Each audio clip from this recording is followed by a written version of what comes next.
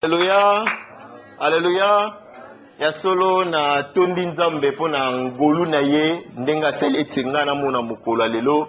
Ngolu na ye ndenga sali ete yo bien aimé omona mukolo lelo. Na tondi nzambe ndenga pesi biso grâce ya kokutana na o esika po ya solo to lalaki lokola bakufi. Tuyebaki na kolamuka nse na ngolu na ye. Alléluia. Na remercier l'homme de Dieu le pasteur Jacques Kalambai pona confiance au azongisi na kati nanga pona moko lelo ne bana ko partager na libota na Nzambe. Amen. Alléluia. Alléluia. Il est vivant. Il est vivant. Qui? Qui? To bete za maboko makasi. Je pense qu'aujourd'hui nous sommes mercredi. Et mercredi est normalement un culte d'enseignement. Alléluia. Aujourd'hui, je vais parler comme un enseignant. Dieu m'avait mis à cœur un message. Je pense que c'était depuis le mois de juin ou de mai, quand je parlais encore de « Fais-moi voir ta gloire ». J'avais dit que Dieu m'avait mis à cœur un message. Le message était le juste et la nation. Alléluia. Alléluia. Et que dans les prochains jours, on allait parler sur ce message-là. J'ai évolué avec ce message, arrivé à un moment où je me suis bloqué.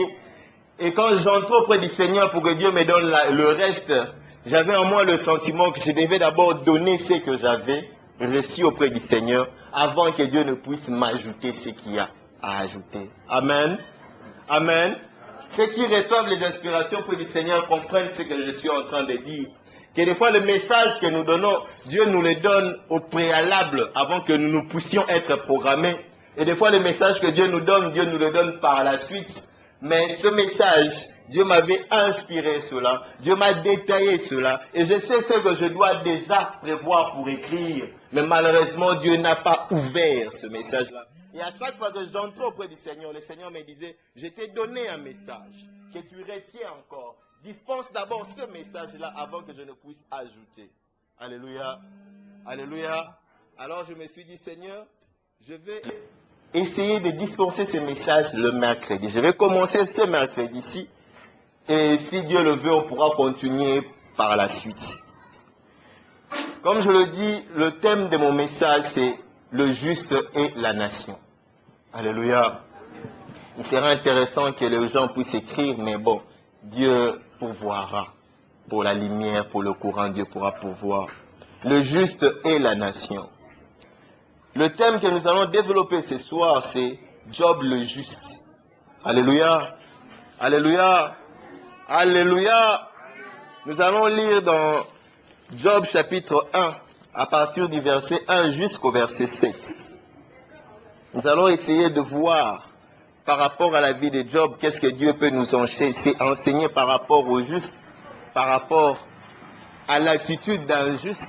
Qui peut être appelé juste devant Dieu? Et est-ce que dans ce monde, il y a encore de justes?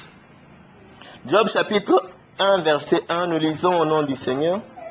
Il y avait dans le pays d'Out un homme qui s'appelait Job. Et cet homme était intègre et droit. Amen. Il craignait Dieu et se détournait du mal. Il lui naquit 7 fils et 3 filles. Il possédait 7000 brebis, 3000 chameaux, 500 paires de bœufs, 500 ânesses et un très grand nombre de serviteurs. Et cet homme était le plus considérable de tous les fils d'Orion. Ses fils allaient les uns chez les autres. Ses fils allaient les uns chez les autres et donnaient tour à tour un festin.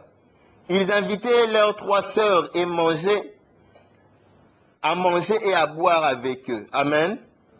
Et quand le jour de festin était passé, Job appelait et sanctifiait ses fils. Puis il se levait de bon matin et offrait pour chacun d'eux un holocauste. Car Job disait, peut-être mes fils ont-ils péché et ont-ils offensé Dieu dans leur cœur. C'est ainsi que Job avait coutume d'agir. Or le Fils de Dieu vint un jour se présenter devant l'Éternel, et Satan vint aussi au milieu d'eux. L'Éternel dit à Satan, d'où viens-tu? Et Satan répondit à l'Éternel, de parcourir la terre et de m'y promener. Amen. Amen. Alléluia. Acclamons la parole du Seigneur.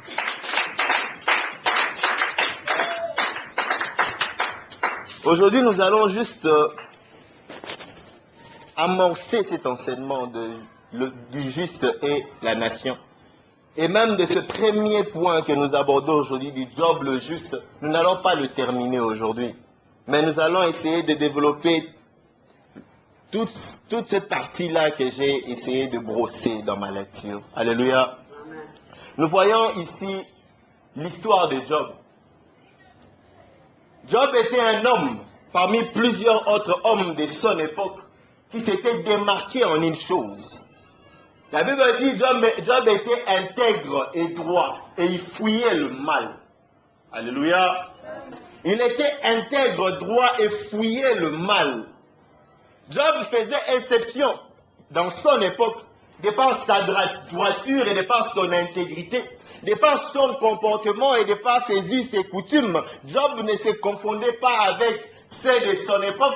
Lui, il vivait comme quelqu'un qui s'apprêtait à attendre l'enlèvement de Christ au moment où il n'avait même pas connaissance de l'enlèvement. Il vivait une vie de piété, il vivait une vie où il fuyait le mal. Alléluia. Et on dit que Job avait des enfants. Il avait de biens, multiples richesses. Et qu'est-ce qui s'est passé? Ses enfants faisaient des fêtes tour à tour. Aujourd'hui, ils sont chez l'aîné. Demain, ils sont chez le deuxième. Le lendemain, ils sont chez le troisième. Et après leur fête, Job venait toujours sanctifier ses enfants et offrir un holocauste. Pourquoi il se disait, peut-être que mes fils ont péché dans leur cœur. Peut-être que mes fils se sont éloignés de la parole de Dieu, que je puisse sanctifier mes enfants, leur rendre pire devant le Seigneur. Parce qu'il se souciait de l'état d'âme, de l'état de la communion entre ses enfants et le Seigneur. Alléluia. Alléluia. Mais aujourd'hui, pouvons-nous dire d'une personne qu'il est intègre et droit? Ça, c'est une question que je me suis posée. Y a-t-il encore des craignants Dieu aujourd'hui, à l'époque où nous vivons, à l'époque où la corruption est entrée même dans l'église, à l'époque où la jalousie, la méchanceté, la mondanité cohabitent avec la chrétienté? Un musicien chrétien a chanté pendant les années 90 et il disait, j'ai cherché le monde et je l'ai trouvé dans l'église. Alléluia. C'est scandaleux. Un chrétien qui se dit, je cherche le monde et je le trouve dans l'église. C'est normal de trouver l'église dans le monde, mais de trouver le monde dans l'église, c'est un scandale, c'est un cri pour dire qu'au milieu de ça, il y a aujourd'hui l'impiété. Pour dire qu'au milieu de ce qui devait être juste, il y a aujourd'hui l'injustice. Alléluia. Pour dire qu'au milieu de ce qui devait être pieux, pur, il y a aujourd'hui le péché. Y a-t-il encore de juste aujourd'hui? Y a-t-il encore des intègres aujourd'hui? Moi je dis oui. Permettez-moi de dire oui, parce que je sais une chose, qu'à l'époque d'Élie, quand le royaume d'Israël s'était détourné de Dieu, et que Akab avait construit de hauts lieux d'idoles en Israël, Dieu s'était réservé 7000. Alléluia. Qui n'avaient pas fléchi les genoux devant Baal. Oui, moi je crois qu'aujourd'hui, malgré l'époque que nous vivons, malgré le niveau de perversion de cette époque, Dieu s'est réservé 7000. Dieu s'est réservé une race. Dieu s'est réservé des personnes qui le sanctifient, le glorifient, qui sont justes devant lui. Alléluia. Alléluia. Que Dieu nous fasse la grâce d'être parmi les justes. Que Dieu nous fasse la grâce d'être parmi les 7000 réserves de Dieu. Parce qu'une vérité est là, qu'aujourd'hui, avec l'offrande de Christ sur la croix de Golgotha, même si tu avais fléchi le genou, tant que tu vis encore, tu peux te repentir. Et Christ, par son sang, peut te purifier. Alléluia. Alléluia. Si par tes actions, tu t'étais éloigné de Dieu, Christ, par son sang, peut te purifier. Amen.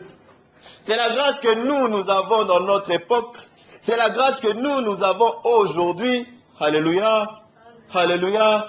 Même si tu étais tombé, même si tu as trébuché, Christ, par sa grâce, peut te purifier, te restaurer et te redresser. Je crois qu'il y a des justes parmi nous. Amen. Je crois qu'en cette époque, il y a des personnes qui sont justes devant Dieu. Qu'à cette époque, il y a aussi des personnes qui sont intègres, comme Job. Il y a aussi des personnes qui sont droits, comme Job. Il y a aussi des personnes qui fuient le mal. Nous allons le voir, nous ne verrons pas aujourd'hui, mais prochainement, que le mal se fuit. Alléluia. Alléluia. Job était intègre. Quand j'ai ouvert mon dictionnaire pour essayer de voir la définition du mot intègre, on dit l'intègre est celui qui se conforme à ce que commandent les devoirs et la conscience morale. Alléluia. Alléluia. Donc l'intégrité n'a rien à voir avec la religion. Tu me comprends? Pour être intègre, il ne faut pas être religieux. Pour être intègre, il ne faut pas être dévot. L'intégrité n'a rien à voir avec la religion. L'intègre, c'est celui qui se conforme à ce que commandent le devoir et la conscience morale. Alléluia. Alléluia. Donc il y a une évidence. Si l'intégrité n'a rien à voir avec la religion, c'est qu'il y a des personnes dans ce monde qui doivent être intègres sans pour autant être chrétiens. Amen. Amen. Donc il y a des personnes qui peuvent être intègres même s'ils sont pécheurs. Parce qu'on est pécheur tant qu'on n'a pas reçu le Seigneur Jésus-Christ dans sa vie. Mais on peut être intègre. Dieu m'a fait comprendre qu'il y a 3 types d'hommes et femmes intègres. Alléluia. Ne vous focalisez pas seulement sur les définitions du mot français intègre et les mots que je vais développer. C'est juste pour essayer d'illustrer ce que j'ai vu, bien ce que Dieu m'a fait comprendre. Si toi tu peux ajouter, ce n'est pas un problème. Il y a 3 types d'hommes ou femmes intègres. Le premier type, c'est ce que moi j'ai appelé les vertueux. Alléluia. Alléluia. Les vertueux, l'homme vertueux, c'est lui qui vit selon les vertus. On dit, un vertueux, c'est un homme qui se conforme aux lois de la morale. Alléluia. Qui prend le bien par opposition au mal. Donc c'est un homme qui est conforme aux lois de la morale. Sa vie est conforme aux lois de la morale. La morale, c'est le bien et le mal. C'est l'éthique qu'on a vue à l'école. Ça n'a rien à voir avec la religion. Aujourd'hui, la religion peut dire quelque chose est mal, mais la morale commune de la société dit que ça, c'est bon. Alléluia. Alléluia.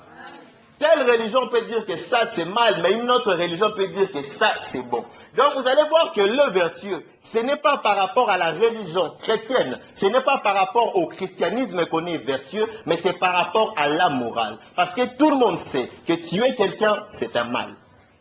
Amen.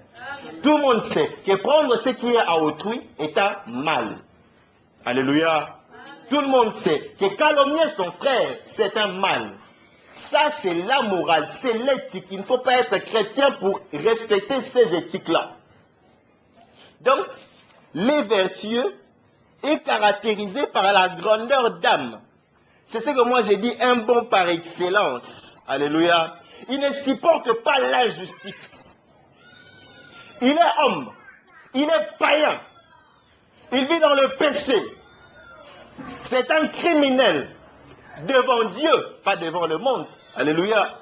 Parce que lui ne croit pas en Jésus-Christ, il ne prie pas Dieu, il est athée, je ne sais pas moi quoi. Mais c'est un vertueux. Il ne supporte pas l'injustice. Alléluia. C'est un vertueux. Il rend service à l'autre. Il sait que je ne peux pas faire le mal à mon frère. Ce que je ne fais pas qu'on me fasse, je ne ferai pas ça à autrui. Alléluia. Qui me comprend? Qui me comprend? Si vous me comprenez, levez la main, levez la main, levez la main, que l'Éternel vous bénisse. Logiquement, c'est le chrétien qui doit être le vertueux par excellence. Logiquement, c'est le chrétien. C'est lui qui prend sa Bible, met sous son épaule, qui vient à l'église, qui doit être le vertueux par excellence. Logiquement, c'est le chrétien. C'est lui qui prend ses genoux, fléchit ses genoux devant Dieu pour adorer Dieu, qui doit être le vertueux par excellence. Mais aujourd'hui, ce n'est pas toujours le cas. Alléluia. Ce n'est pas toujours le cas. Combien de fois nous voyons, tu as un problème, ton frère chrétien, au lieu de t'assister, au lieu de t'aider, il t'enfonce davantage. Pendant que quelqu'un qui n'est même pas de ta religion, pire, qui est athée, lui vient à ton secours. Christ raconte l'histoire du bon samaritain. Vous connaissez tous le parabole du bon samaritain. Un homme qui était attaqué par des bandits. On l'avait tabassé, il était agonisant au bord de la route. Il était fils d'Israël. Un sacrificateur est passé. Un pharisien est passé. Un autre Israélien pieux est passé. Personne ne l'a aidé. Mais un samaritain l'a secouru. Au moment où le samaritain n'était pas censé être aussi vertueux que ses frères. Alléluia. Alléluia. J'insiste. La vertu ou le vertueux n'a rien à voir avec la religion. Le deuxième type d'hommes intègres que nous pouvons trouver dans le monde, ce sont les pieux. Alléluia. Alléluia. Les pieux qu'on appelle les dévots, ceux qui font dévotion. On dit un pieux, c'est un fervent dans ses pratiques religieuses. Un pieux est un homme qui est attaché à la religion. Alléluia. Alléluia. Alléluia. Et quand on dit religion ici, on ne parle pas que de la religion chrétienne. Quand on dit religion ici, il ne s'agit pas seulement de chrétiens évangéliques. Parce que chaque religion a ses principes et ses dogmes édictés que les hommes doivent respecter. Et le pieux est celui qui respecte les principes de sa religion. Si vous prenez un musulman, sa religion l'autorise de prendre 4 femmes. Tant qu'il a 4 femmes, il n'a pas péché par rapport à sa religion. Par contre, le chrétien, on parle de la monogamie. Quand tu es dans la polygamie, tu pêches. Amen. Amen. Je ne sais pas si vous arrivez à comprendre la différence. Sa religion ne le lui interdit pas. Et tant qu'il respecte sa religion, aux yeux de sa religion, c'est un pieux. Amen. Amen. Aux yeux de sa religion, c'est un pieux. Aux yeux de sa religion, c'est quelqu'un qui respecte les principes, les normes édictées par la loi que lui considère comme telle. Aujourd'hui, c'est bien triste de voir 2 chrétiens. Il est chrétien de nom, par formalité. Mais il est moins pieux qu'un bouddhiste par rapport à sa religion bouddhiste. Alléluia. Alléluia. Aujourd'hui, c'est bien malheureux de voir un chrétien qui est chrétien par formalité, mais qui est moins vertueux qu'un athée. Parce que la piété et la vertu, c'est ce que l'homme voit. C'est par rapport aux valeurs. C'est par rapport à l'éthique, c'est par rapport aux lois. Un vertueux, c'est par rapport à la morale.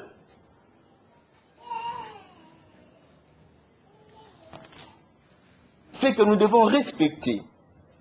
Les respectons-nous.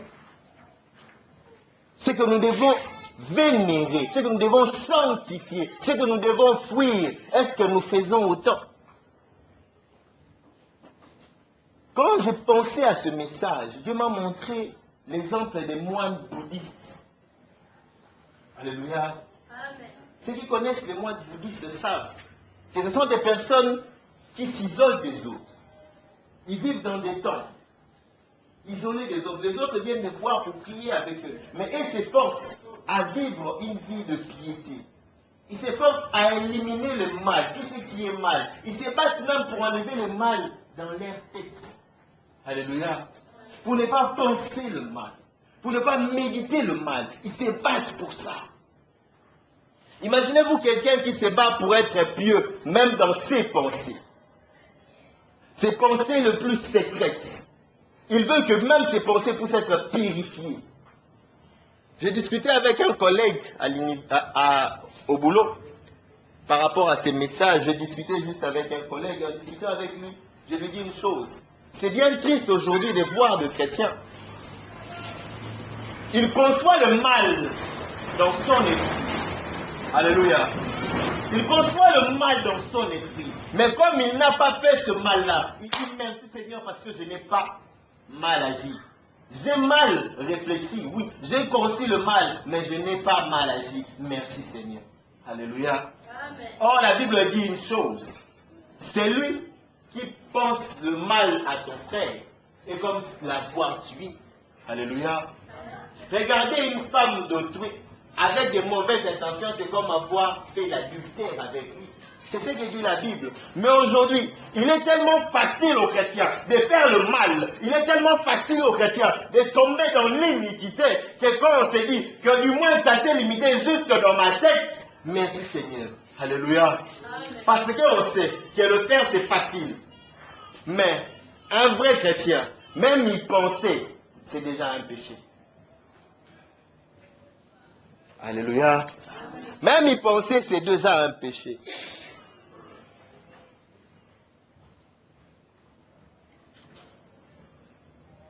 Vous savez, le plus grand problème avec les valeurs aujourd'hui, c'est que ces valeurs-là devaient être enseignées. Ces valeurs-là devaient être transmises. Quand on parle valeur de la morale, valeur de l'éthique, ça n'a rien à voir avec la religion.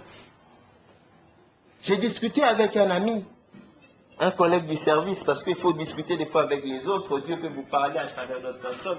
Je leur pose la question de savoir, pourquoi est-ce que, dans mon pays, il y a de ces chrétiens qui sont administrateurs publics quelque part. Alléluia. Alléluia. Amen. Un chrétien nommé administrateur public quelque part, mais qui vole, qui est dans la corruption. Un ministre d'église. Alléluia. Amen. Qui considère le péché comme étant son lot quotidien. Au moment où il est ministre d'église. Comment vous pouvez m'expliquer ça? Au moment où on voit à l'étranger ces personnes-là qui se battent pour la justice, ces personnes qui se battent pour l'intégrité, ces personnes-là qui se battent pour la droiture, pour la non-corruption, certains ne connaissent même pas Jésus. Or, nous sommes chrétiens, on devait nécessairement montrer l'exemple. Un ami me dit, Joël, ce n'est pas un problème de connaître Jésus ou pas, c'est un problème d'avoir les valeurs. Les valeurs qui se donnent à l'enfance. Les valeurs que l'on transmet à l'enfant. Alléluia. Amen. Les valeurs que l'on donne aux petits, à la maison. L'église n'est pas censée te dire que prendre le bien d'autrui est un péché. Tu devais déjà apprendre ça à la maison, que prendre le bien d'autrui est un mal. Alléluia. L'église te montre par rapport à Dieu, mais la maison devait déjà nous montrer par rapport aux valeurs. Mon professeur de sociologie, une fois, m'a dit une chose. Quand on a un enfant, et que l'enfant nous demande quelque chose, on lui offre un paquet de biscuits, par exemple. Il y a plusieurs types de mamans. Il y a une maman qui donnera un paquet de biscuits à l'enfant, au tout dernier, et lui dit, mais pourquoi tu manges seul? Donne aussi à ton ami. Amen. Amen. Amen. Donne aussi à ton frère. Va aussi donner à ton père. Même si la maman n'a pas conscience, la maman apprend déjà à l'enfant à partager. Amen. Amen. C'est la socialisation. On apprend déjà à l'enfant à partager dès le bas âge. Maintenant, essayez de voir un autre type de maman qui donne le paquet de biscuits à l'enfant parce qu'il est cadet. Quand l'aîné vient demander au cadet, le cadet fuit auprès de la maman. Maman, Yaya me demande pourquoi moi je n'ai pas encore mangé. La maman dit, ah toi aussi tu es aîné, non? Laisse-moi seulement manger. Pourquoi est-ce que tu veux manger encore ce qu'il y a à ton petit? Alléluia. L'enfant qui est petit, qui ne sait rien, avale ça. C'est quand moi j'ai quelque chose, je ne suis pas obligé de donner à mon yaya. Alléluia. Et le jour où yaya a quelque chose, et que le petit lui demande, yaya lui dit, la fois passée tu m'avais donné. Non, pourquoi tu veux que je te donne? Quand la femme va chez maman, maman, yaya a décidé de me donner. Mais pourquoi tu es méchant? C'est ton petit frère, non? Il est plus petit que toi, donne-lui aussi. En fait, c'est ce que la maman fait. La maman apprend à l'enfant l'égoïsme. Quand moi j'ai quelque chose, je ne partage pas. Mais quand l'autre a, il doit me donner. Alléluia. Alléluia. Ce n'est pas à l'église qu'on doit apprendre ça. C'est à la maison déjà. Est-ce qu'à la maison, on nous a appris ça?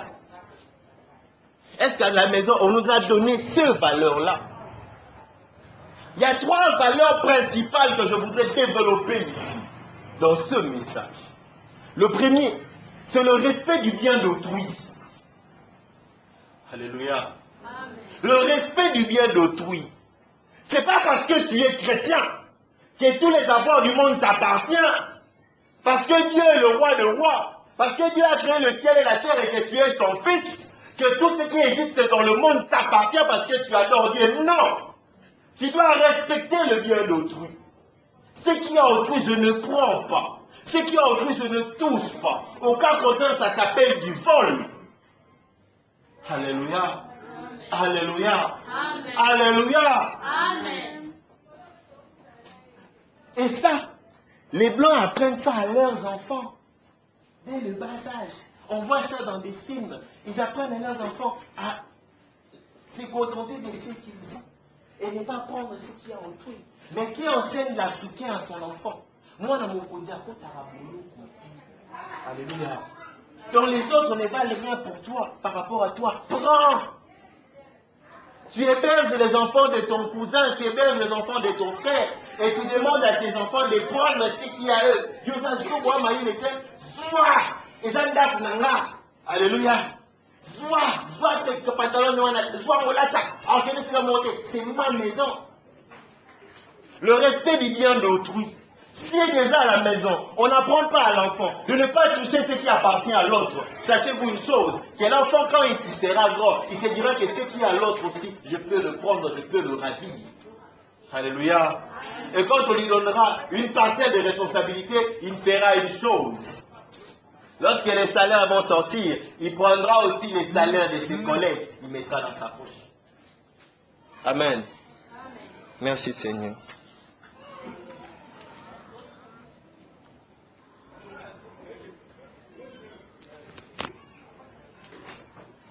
Alléluia. Alléluia. Deuxième valeur que je voudrais essayer de parler aujourd'hui, c'est le respect du bien commun. Le respect du bien commun. Ce qui est étonnant aujourd'hui, dans les sociétés que nous sommes aujourd'hui ici au Congo, les chrétiens, nous ne considérons pas la valeur du bien commun. Et même les Congolais, on ne nous a pas donné ce sens-là de respecter le bien commun. Vous savez, le bien commun, ce n'est pas la maison. La maison, c'est un bien familial. Alléluia. Le bien commun, c'est un patrimoine qui vous appartient tous. Le bus que l'on prend, c'est un bien commun. La chaussée que l'on utilise pour se déplacer, c'est un bien commun. Alléluia. Mais vous allez voir que quand un Congolais est fâché, quand le Congolais est en colère, qu'est-ce qu'il fait en premier? Il casse le trasco. Il brûle le trasco. Alléluia. Alléluia. On se nomme administrateur public dans les sociétés de l'État.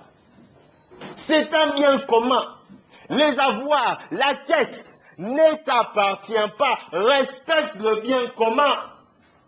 Parce que ça appartient à toute une nation. Alléluia. Amen. Alléluia. Parce que ça appartient à tout le monde. Aujourd'hui, nous ne donnons pas de valeur à ce qui est autrui. Aujourd'hui, nous ne donnons pas de valeur à ce qui est commun. Parce que simplement, nous n'avons pas cette éducation-là. Et il ne faut pas être chrétien pour avoir ce sens-là. Le vertueux, c'est celui qui respecte la morale. Le vertueux, c'est celui qui marche selon la morale. Et le chrétien est censé être un vertueux par excellence. Mais aujourd'hui, allons dans nos sociétés. Quelle réputation nous avons là où nous travaillons? Quelle réputation nous avons là où nous vendons? Quelle réputation nous avons là où nous étudions?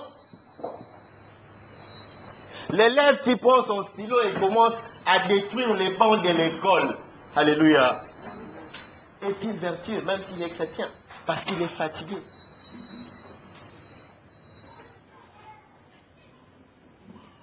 La troisième valeur que je voudrais parler, la troisième valeur que je voudrais développer aujourd'hui, c'est vraiment sur ces valeurs-là qui me tient à cœur. C'est le respect de la vie. La valeur de la vie. Quelle valeur accorde-t-on à la vie?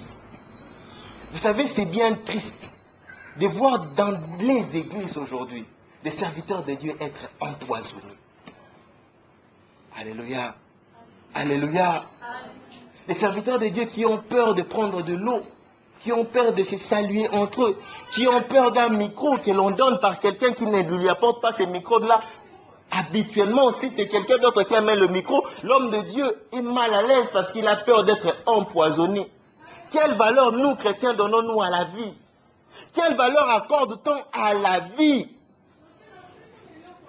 Un homme de Dieu qui empoisonne son collègue du travail pour avoir la promotion. Alléluia. Un chrétien policier qui tue des marchands librement comme si c'était des poulets.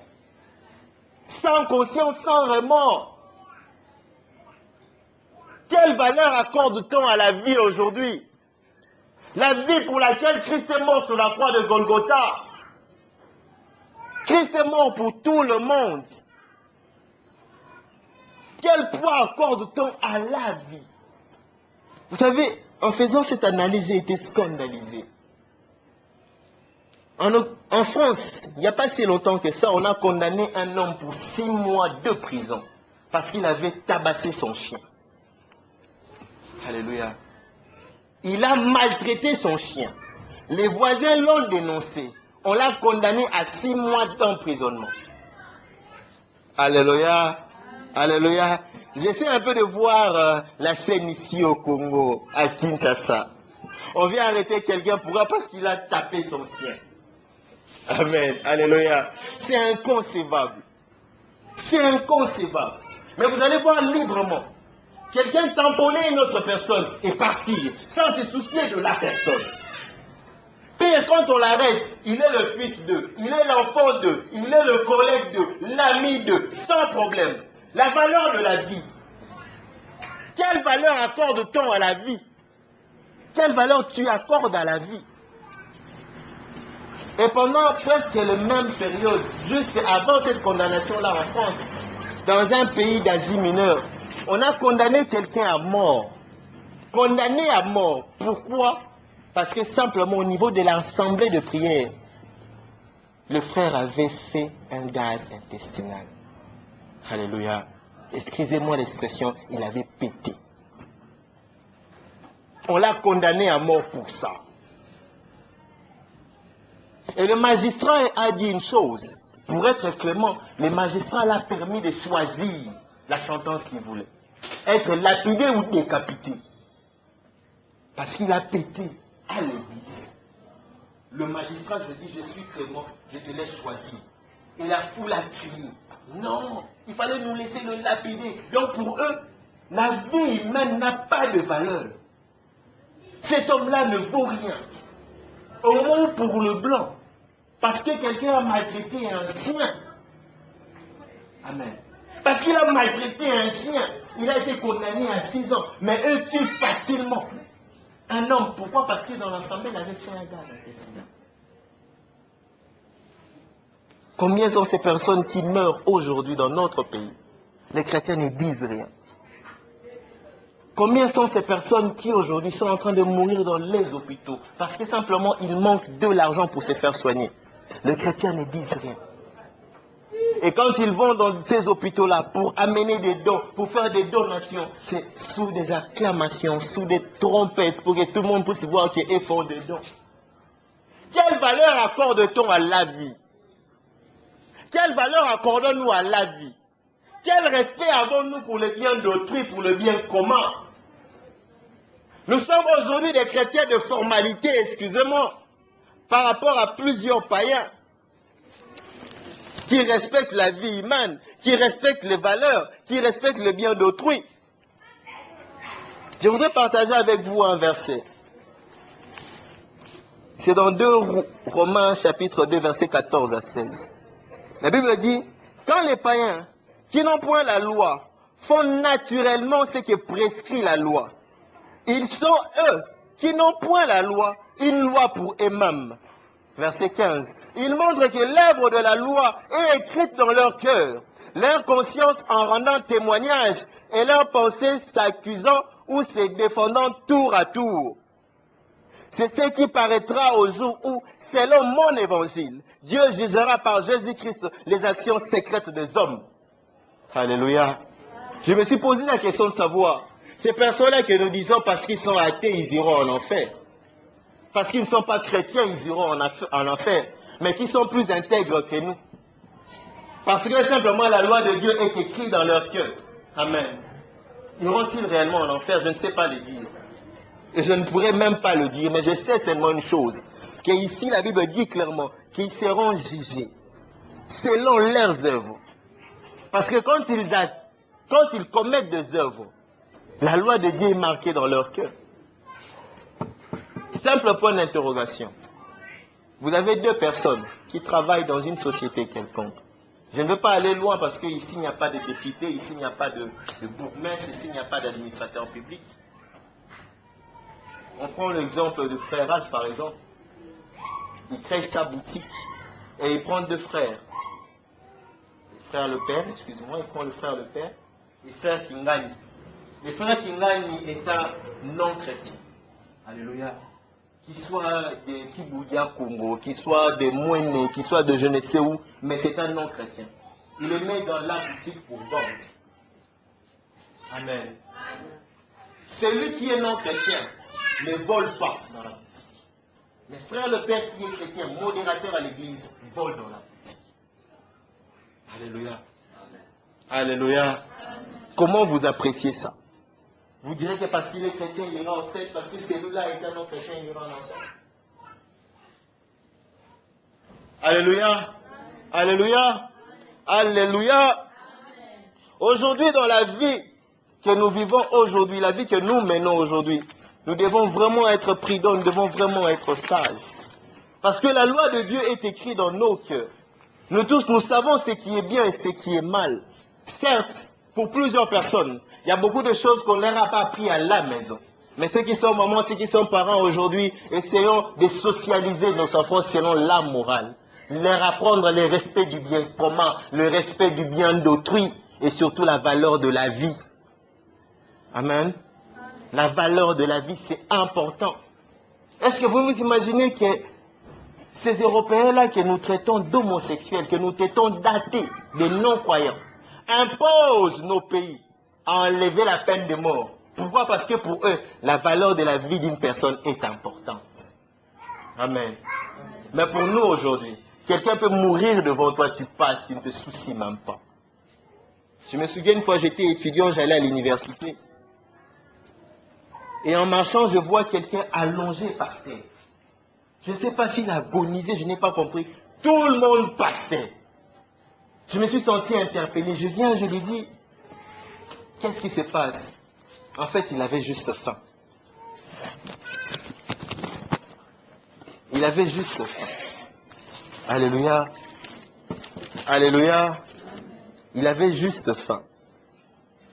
Et il était allongé, agonisant parce qu'il avait juste faim. Mais tout le monde passait à côté de lui. Je voudrais finir ne fût-ce que ces points-ci avant de clôturer. On m'a dit qu'il reste 3 minutes. Malheureusement, le temps qu'on m'a donné aussi n'était pas assez consistant. Hein, mon frère, tu m'excuseras aujourd'hui. Je sais que je respecte toujours l'heure, mais je veux juste essayer de brosser en passant le troisième type d'intègre qu'il y a. Juste brosser en passant. Alléluia. Alléluia. Le troisième type d'homme intègre que je voudrais parler avec vous aujourd'hui, c'est ce que nous appelons le juste. Alléluia. Le juste. Et je voudrais insister ici que le juste, je l'utilise par rapport à la terminologie chrétienne. Entre nous chrétiens, quand nous disons juste, c'est parce que nous avons été justifiés par le sang de Jésus-Christ. Alléluia. Alléluia. Quand nous disons juste, ce n'est pas parce que nous ne sommes pas pécheurs. Ce n'est pas parce que nous sommes pieux. Ce n'est pas parce que nous sommes vertueux. Mais c'est seulement parce que le sang de Jésus-Christ nous a justifiés. Amen. Amen. Nous lirons dans Romains chapitre 3, verset 24. Romains chapitre 3, verset 24. La Bible dit, et ils sont gratuitement justifiés par sa grâce, par le moyen de la rédemption qui est en Jésus-Christ. Amen. Romains chapitre 5, verset 9. Nous lirons. À plus forte raison donc, maintenant que nous sommes justifiés par son sang, serons-nous sauvés par lui de la colère. Amen. Amen. Nous sommes justes parce que le sang de Christ nous justifie. Nous sommes justes parce que le sang de Christ a payé le prix pour nos péchés sur la croix de Golgotha. Voilà pourquoi nous aujourd'hui nous sommes justes. Mais nous ne sommes pas justes parce que nous sommes vertueux ou parce que nous sommes pieux. Alléluia. Alléluia. Mais attention, là est le piège. Le chrétien est censé être vertueux. Le chrétien est censé être pieux pour maintenir la communion entre lui et Dieu. Tu es juste. Personne ne peut dire le contraire parce que le sang de Christ te justifie. Mais dis-toi une chose, que tu peux être juste et vivre dans l'impiété et devenir injuste devant Dieu. Alléluia. Alléluia. Alléluia. Christ nous a justifiés de nos vies impies pour que nous marchions dans la piété et dans la vertu. Dans les vertus. Alléluia.